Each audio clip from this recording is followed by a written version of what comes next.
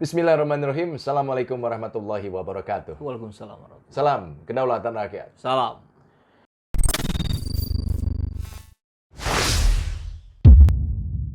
Sahabat, wakil kita, para anggota dewan yang terhormat. Oh, bawahan kita itu. Ya, bawahan kita. Bawahan. Pegawai kita. Pegawai kita. Ya kan? Ini, saya nggak tahu ini.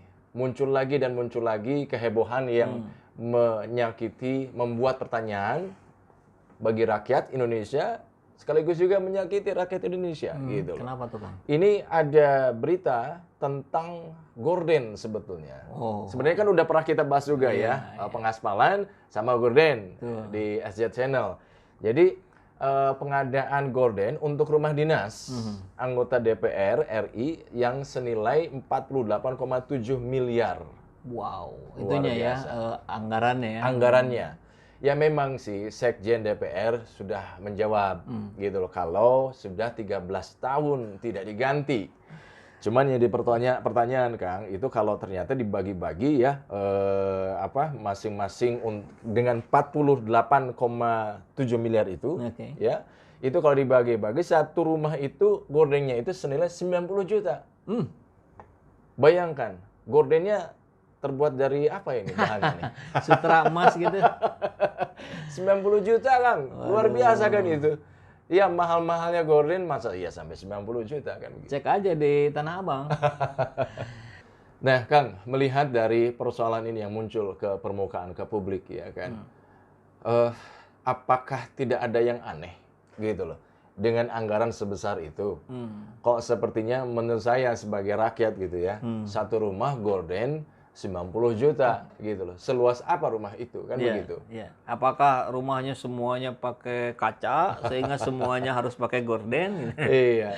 Tapi saya pernah, Kang. Saya pernah berkunjung ke salah satu rumah anggota dewan Ya. DPR pusat Pusat, di ya. Jakarta. Dan enggak tuh, sedikit aja jendelanya enggak. Kirain kan kalau hitungannya banyak mahal gitu kan banyak tuh Iya. rumahnya tuh rumah kaca gitu. Betul. Biasa aja kayak rumah biasa gitu.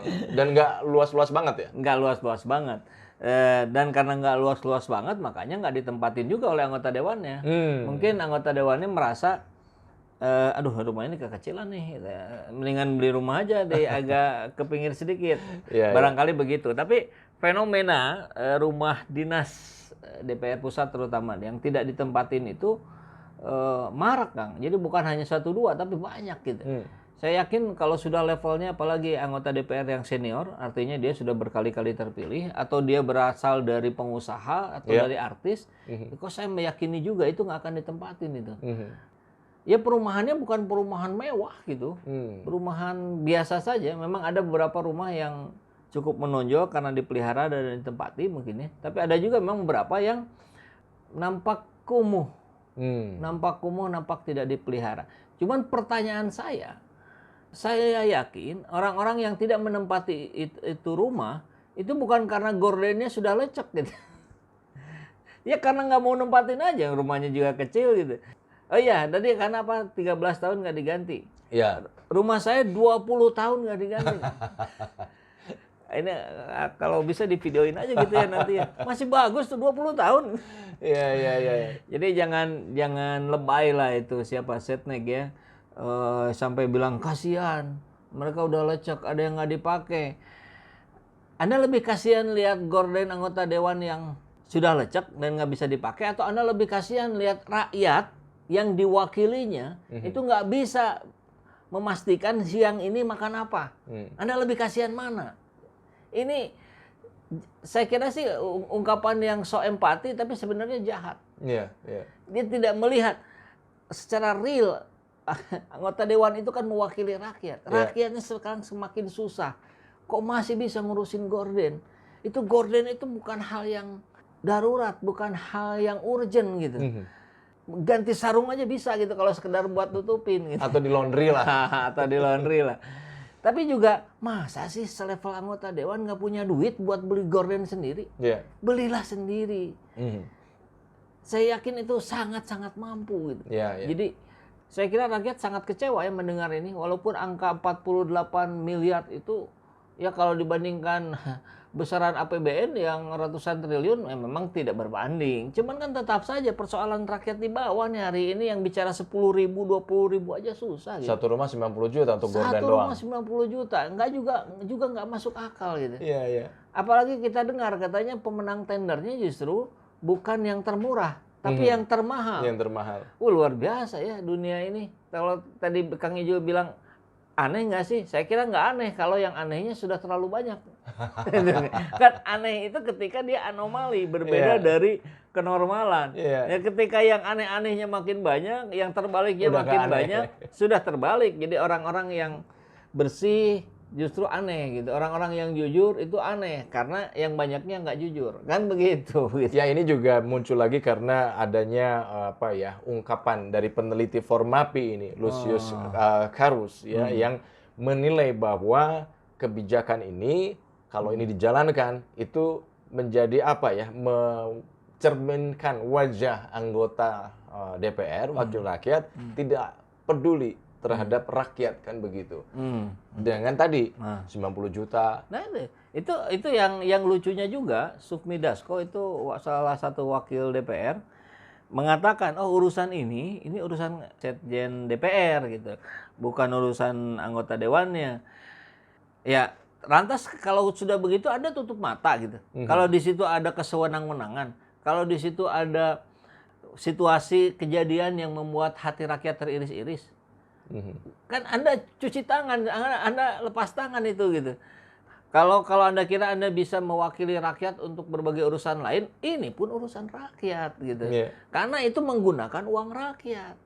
Uang rakyat yang rakyatnya hari ini sedang kesulitan gitu. Jadi memang para anggota DPR ini harus diberikan awareness tentang empatik. Bagaimana sih menumbuhkan empati itu gitu. Ini harus diberikan pelatihan, Kang. Wajib. Wajib ini. Biar mereka merasakan apa yang dirasakan rakyat. Ya, ini kan dengan uang rakyat mendadani diri dengan sebuah kemewahan gitu loh. Sementara tadi Kang Epul menyampaikan bahwa rakyat sendiri banyak yang mengalami kesulitan begitu. Artinya ditambah lagi dengan proses ya pemenangnya tender itu yang termahal justru yang diambil. Ini ada apa ini? Menjadi pertanyaan besar gitu, Kang. Ini jangan sampai di situ ada KKN juga. Ada indikator korupsi, kolusi, dan nepotisme. Nah, ini juga harus ditelusuri nih. Kalau nggak salah Maki juga udah angkat bicara ya, Pak Boyan itu. Saya sepakat kalau Pak Boyan bilang misalkan coba bandingkan saja hasil kainnya, hasil jahitannya dari yang menang tender ini dengan yang kalah tender gitu. Atau bahkan ekstrimnya bandingkan aja dengan yang sudah jadi di Tanah Abang gitu.